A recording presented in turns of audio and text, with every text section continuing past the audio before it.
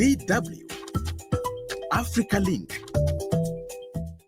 Northern Ghana has long carried the weight of conflict, from chieftaincy disputes in Bwaku to the growing threat of extremist violence spilling across porous borders. But even in the face of fear and uncertainty, many Ghanaians are choosing hope through grassroots dialogue, community vigilance, and calls for stronger government action. So the question is, can Ghana transform its fragile north into a model of peace and resilience? Or will unresolved tensions keep it teetering on the edge? That is what we are exploring today together. My name is Jojo Kachi, and you are welcome to Africa Link, the podcast connecting you to the stories that matter. Africa Link, every weekday here on DW. Now, just the other day, I was catching up with a friend I first met over a drink in Ghana, and we started talking about Burkina Faso. But the conversation quickly turned to northern Ghana. What stayed with me was his description of the creeping fear, women watching their husbands taken away, then these women fleeing with their children to escape violence. Today, northern Ghana stands at a crossroads, but it's also a place of strength where communities are pushing back against fear and demanding peace. To help us unpack the risks and the resilience, I'm joined by DW's Maxwell Sook, reporting from Tamale in northern Ghana, and Professor Felix Longi, conflict researcher and senior lecturer at the University for Development Studies in northern Ghana. But first, let's hear from the people living through these challenges. Here are some of the voices of the people Maxwell has been speaking to on the ground.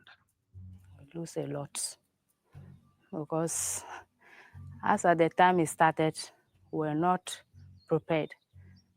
Like, we didn't pick anything. That's what I mean. We didn't take anything. So we're in the house when it started. So we have to run. We did not take anything. So all our properties got destroyed and our rooms, everything. As you can see, we did not pick anything from the houses.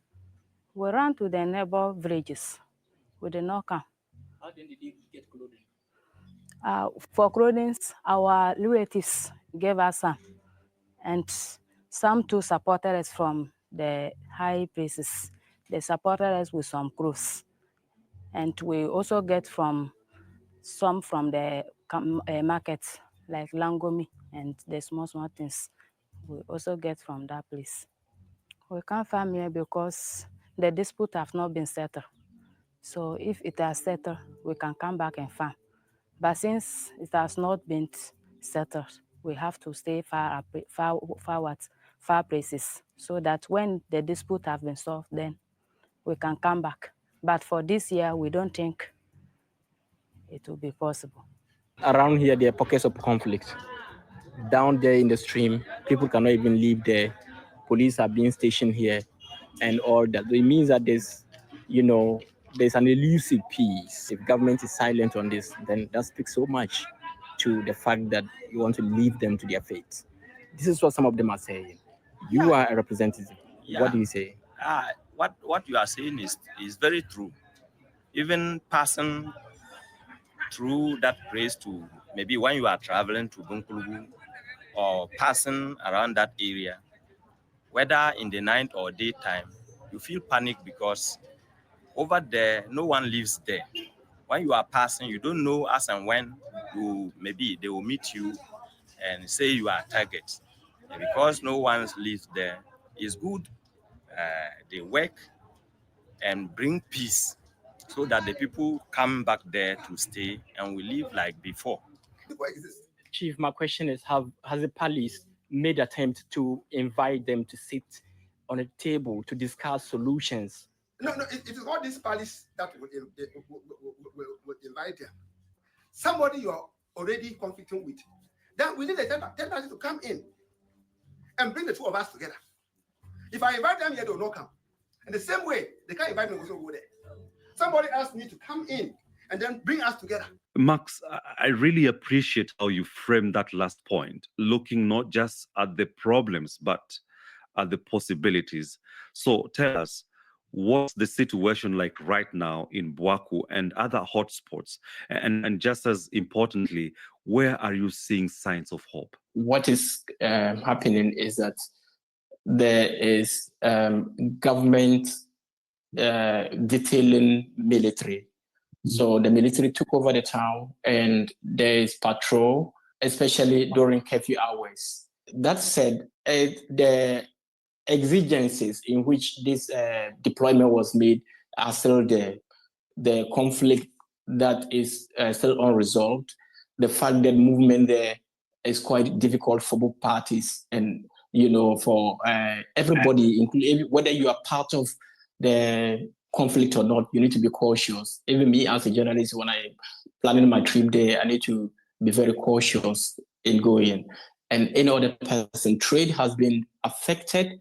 People, livelihood, farmers cannot farm. And then it's quite difficult for people to find even food. Boku is a big town.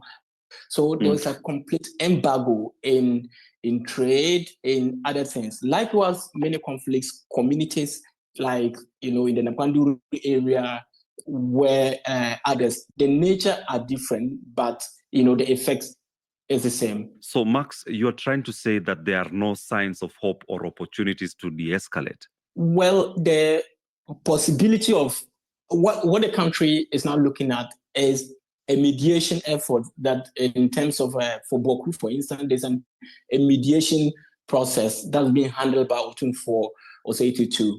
Then that is what the government is hoping on for this mediation. But apart from that, there's nothing on the ground. And what is on the ground is the fact that there's military. The military being stationed there is not to, dissolve the conflict or to solve the problem, but just to ensure that lives and property are safe. Prof. Longi, based on what Maxwell has described, what are the underlying grievances that need to be addressed if there is to be lasting peace? The underlying issues are historical in nature, and they emanate from disagreements over who should become the Bokunaba, and Bokunaba is a title Polish position of the overlord of Boku. And I'm sure you will know that Boku is in the extreme end of the northeastern corner of Ghana, if you know the map, and it lies where it is also directly located at a border area, which makes it a very thriving business center due to its nodal location. So the underlying issue is actually the chieftaincy. And in Ghana, chieftaincy cannot stand by its own, and chieftaincy in itself is useless if you have no control over land. Maxwell, you've been with the communities living through this conflict.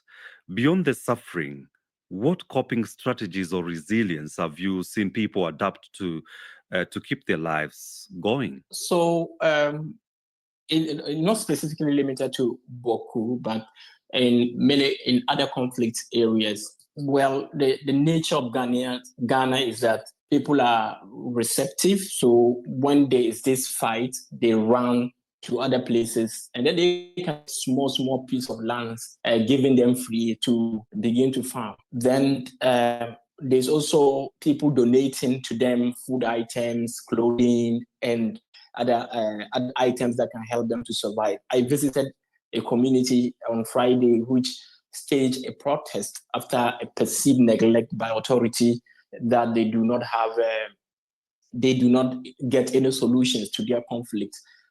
All their homes, about 200, 300 of them were demolished in counterattacks by their rivals. So, and these people have not been attended to. Police are not there to ensure that people can farm. But then they have relatives where they can run to, where they think that this is what is better. Other husbands have moved to the down south to work as laborers and then be able to send food to their children. Well, Prof, considering what Max is saying and from your research, which community-led peace-building efforts have worked in Ghana or the wider Sahel that could be scaled up in the north? Yeah, in terms of Boku, there have been so many interventions, yes, from the government level, but they are all facilitated by the government. And talking about a community-led intervention, when the issue started, there was a group called the Boku Inter-Ethnic Dialogue, and they started making progress. And in fact, after some point, we thought the issue was resolved. Let me also indicate that the alignment of the two major ethnic groups to the two major political parties in Ghana, the NPP and the NDC, is actually what has been supporting the peace efforts. And you hear Maxwell talking about the fact that now the government has to rely largely on the expertise of the Ashanti, and the Ashanti has got a record of resolving conflicts of this nature. Let's be reminded that he was the one that led mediation efforts to resolve the Dagbon chieftaincy conflict, which had raged on for so many years.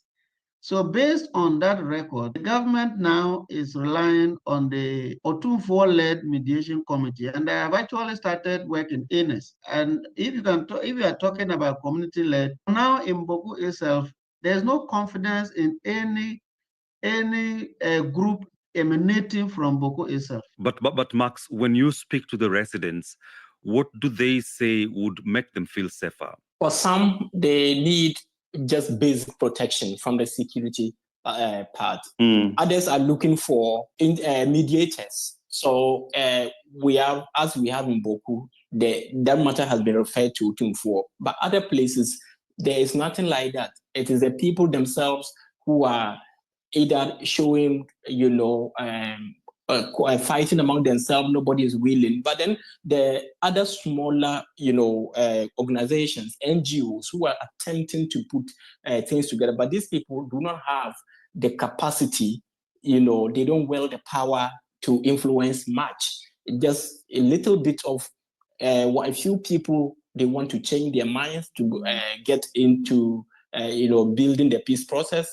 But these are people, especially women. We had women demonstrating, resulting to traditional method, for like the use of leaves in their culture. When you're walking and holding leaves, it means that you are denouncing conflict. And when they give it to you, and culturally, if you do not enforce peace as a chief or as somebody, and you go ahead to promote conflict, they believe that their ancestors will come for you. So this were some of the things they are doing, whilst calling on government to at least, invite them. Then they can solve this issue once and for all. But for now, they are on their own. No, Prof, back to the confidence that you've just alluded to and lack of it.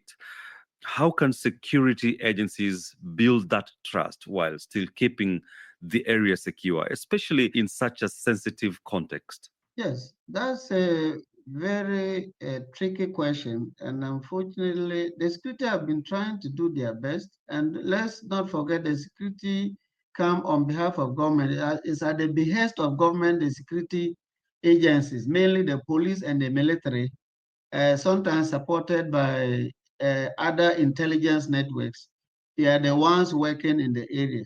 But in most conflict areas, but in the places where we have protracted conflicts such as Boku, I am afraid the security people appear to have managed themselves in such a way that they have almost lost the confidence of the key combatants, because people don't trust them. And evidence of that is where you have occasions where the combatants openly face off with the security, and sometimes leading even to the loss of lives among some of the security members. That should tell you how serious the mistrust has been. But of course, government owes them a duty to make sure that security and peace is instilled in the area. Let's not forget that peace and security are part of the dividends of democracy and good governance. Once a group of people vote for you, it behoves on you to make sure that the people live in peace, the people go about their activities with peace, so that once there's peace, there can be development, there can be interventions that will promote the lives of the people. But in this particular case, there have been serious challenges.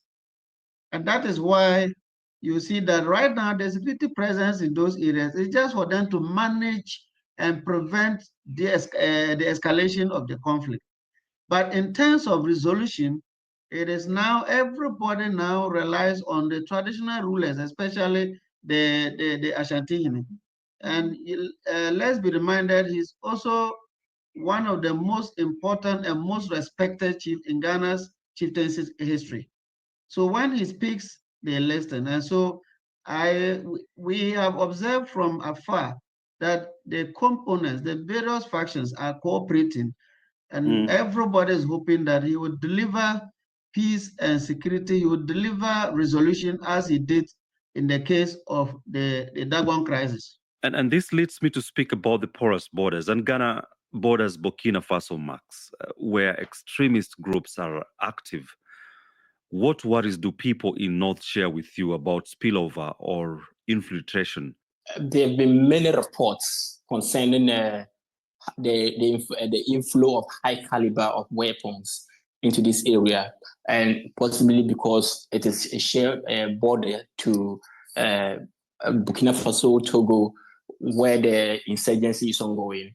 The access to such weapons is easy, and the second part is that there is perception that many times people are caught people are killed and they can't identify the combatants, the perpetrators. So they are expected to be hired from across the border to come and be working. And so that sharing of dangerous skills in the way Ghanaian local conflicts are now becoming is putting people in a very tense moment that jihadist infiltration or supporting people or people learning from them is quite high. And Prof, how can Ghana strengthen its borders without making communities feel militarized?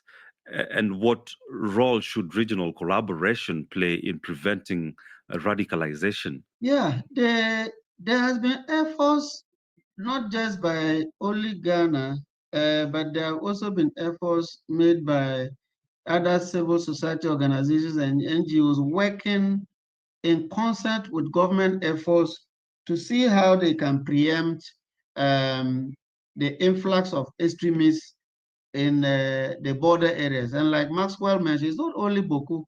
Ghana is also sharing borders with Togo and even Ivory Coast.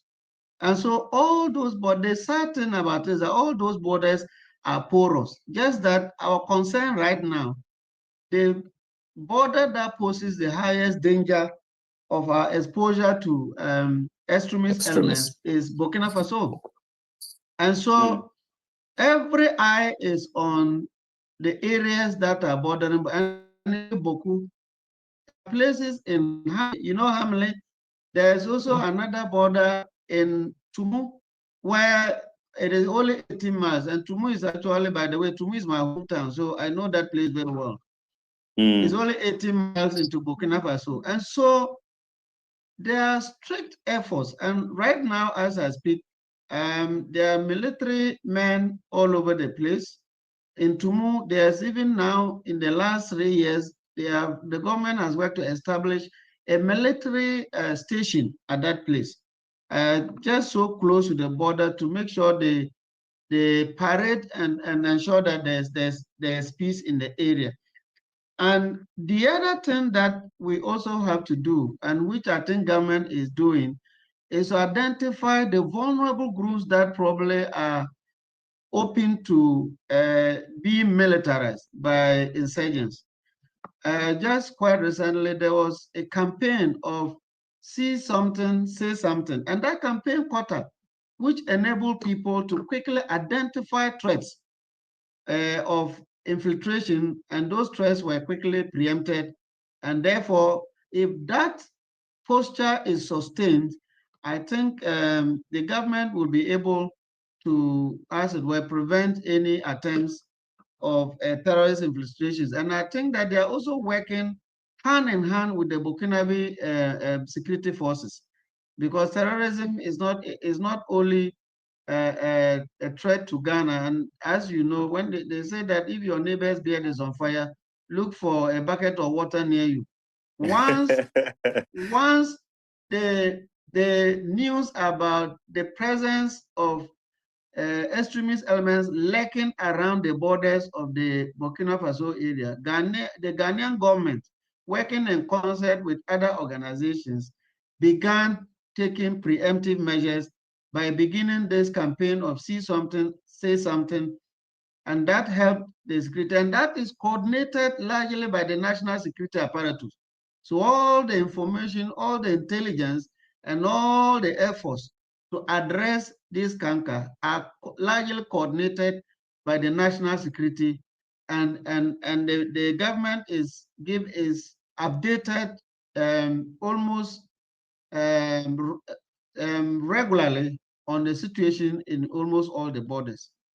Max, Prof is talking about cooperations. Have you come across examples of such cooperations between locals and security forces through intelligence sharing or early warning that have helped reduce tensions? Yes, of course, Okachi, whilst the military uses approaches, including the kinetic approaches, the national security is also using the non-kinetic approaches, including the one he just mentioned, see something, say something. So you see that they work hand in hand. They are not, the residents are the ones that we see who is a stranger among them, who's suspicious, and they will not do anything down to alert the police or hand the person over to the security authority to investigate further. Those things are there. We have, there are cases of, excess. Maybe at the beginning, we were picking intelligence, or we're picking reports of how they were targeting wrong people. But along the line, it got streamlined, and then this actually helped a lot of communities, in keeping themselves safe. Beyond that, we had NGOs also teaching communities what to do, how to, ensure that, how to investigate, to ensure that these people are really suspect, or the people they are eyeing are really people who carry suspicion or who deserve to be feared. But then they're also teaching them how to send messages of, messages to this particular term. I'm not sure I remember it correctly, but you have NGOs who are working in these borderlines to educate people about their safety and against terrorism. So those things are ongoing, and I think so far, especially in the past months, we have had successes. Many of them, collaborating between the military and national security, and also with residents doing same. Max, before I get to Prof to give us his closing remarks, despite all these challenges, what gives people in northern Ghana hope? Well, we have Ghana is always prided as a peaceful country, and then we also perceive, many people perceive themselves as resilient in terms of peace. So the hope is that our unity is far more than the things that divide us.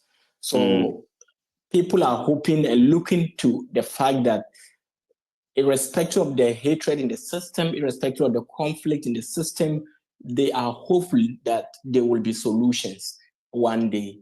Then they are only urging the government to do its part by being fair, by being proactive, by being, right, in its approaches to matters that can, divide the people. Apart from that, I know that maybe there's hope, and the people are really hoping that there will be solutions as they go on. And Prof, If you had to highlight the top priorities Ghana must act on now to stabilize the North, what would they be? Number one is to take strategic steps to curb the influx and circulation of small arms, which are currently in the hands of the wrong people. And what gives hope with reference to that is the appointment of a unit that is actually working to identify wherever these arms are and take steps to retrieve those arms. That's one. What also gives Ghanaians hope, apart from the fact that Ghana has been known to be to have scored high marks in terms of their ability to maintain security, in terms of even their role in global security, is also the fact that anytime there's an issue, anytime there's a reported incident in any of those areas, the rapidity with which the government responds to such situations is what gives a lot of people hope and courage. And again, Ghanaians are known to be people who are peace-loving. And it is for that reason you have all manner of immigrants. I don't want to call them refugees. There are a lot of immigrants all over the place, but Ghanaians are peace-loving, Ghanaians are hospitable, and so with the smallest or slightest effort to maintain peace, I believe that we will succeed. Africa is changing. Don't get left behind. Tune in to Africa Link. What we've heard from Maxwell and Professor Longi paints a complex picture, one of danger, yes, but also of determination. Northern Ghana faces deep-rooted rivalries, economic hardships, and external threats. But it's also home to grassroots peace builders, vigilant communities, and citizens calling for better governance. The real test for Ghana is whether these seeds of peace can grow into a stronger enough shield against conflict and infiltration. The stakes are high, not just for the North, but for the stability of the entire country. We want to hear from you. Do you believe that Ghana can find lasting solution to northern insecurity, or are these conflicts too deeply entrenched? Join the conversation on our Facebook page, DW Africa. You can also follow us on Spotify and wherever you get your podcasts. And don't forget to subscribe and follow DW Africa YouTube channel so you never miss an episode. This episode was co-produced and edited by Isaac Mugabe. My name is George Okachi, and thank you for joining me on Africa Link, where we bring you the stories that matter. DW, made for minds.